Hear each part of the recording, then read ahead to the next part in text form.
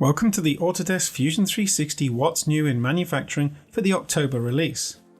Dan's away on a well-earned sabbatical, so it's down to me to deliver this What's New video. So be prepared for lots of Z's instead of Z's and data instead of data as we look at what's new and what's in preview for this release. We start with the updated Machine Tool Builder, which, thanks to your testing and feedback, we are now moving out of public preview and into full release.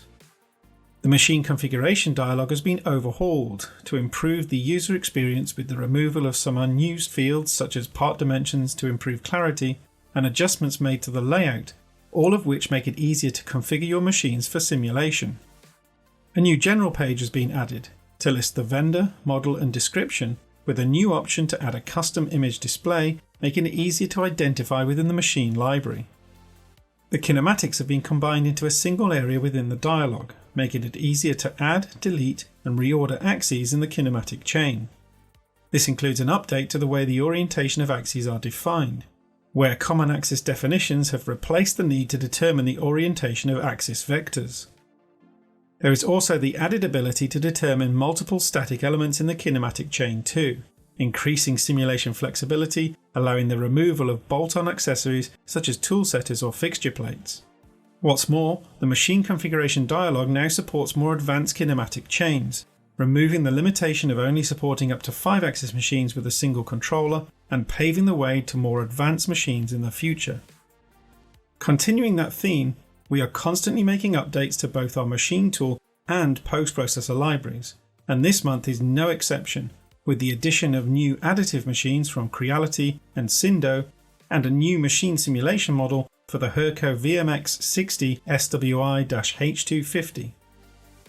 There have also been updates to a whole host of milling post-processors, including Akuma, as well as updates to mill-turn post-processors from Doosan, Haas and Mazak, and the addition of 32 new beta post-processors for Hyundai machines.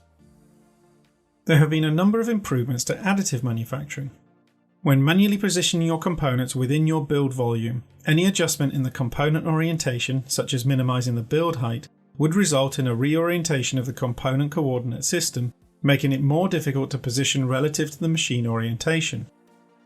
The new option within the Move Component dialog lets you change from the component XYZ to the machine XYZ, making it much easier to manually position your components within your machine build volume, speeding up the time it takes to make your additive parts. A number of improvements have also been made to the visualization of support structures within additive manufacturing. Firstly, support structures now cross-highlight as expected when selected within the browser tree, making it easier to identify your support structures within the graphics window. Secondly, the display of support structures has been improved, with enhanced visibility of any cross-face supports when looking along the line of the support structures, which is essential when trying to identify where they have been applied. And lastly, support structures will now honour section views as expected, meaning that when a section view is established on the model, the support structures will also be sectioned, helping you to better analyse your parts to improve production success. Next, we have an addition to the support of product manufacturing information, otherwise known as PMI. Importing PMI data into Fusion 360 helps you check that the parts you manufacture conform to the dimensions and tolerances that the designer defined. So, to supplement the support for both STEP and Inventor PMI, Fusion 360 can now import PMI from Siemens NX files. This information is incredibly useful for part verification and can be utilised downstream, for example to establish the tolerance values for your inspection routines. In this release there are also a number of other enhancements, including performance improvements for nesting and fabrication, updates to the API, and tool library updates, such as the new pop-up messages for either the success or failure following the copying and pasting of presets, and the ability to navigate the autocomplete drop-down list with the arrow keys, helping to speed up your tool definitions and get you machining sooner. As well as the new features in this release, there are also a number of preview features available to you which indicate some exciting times ahead in terms of the forthcoming functionality. Remember that these features will need to be turned on in your preferences to allow you to test their functionality, and we welcome any feedback you have on them in the Fusion 360 forum. First up, coming into public preview is the new enhanced flow toolpath.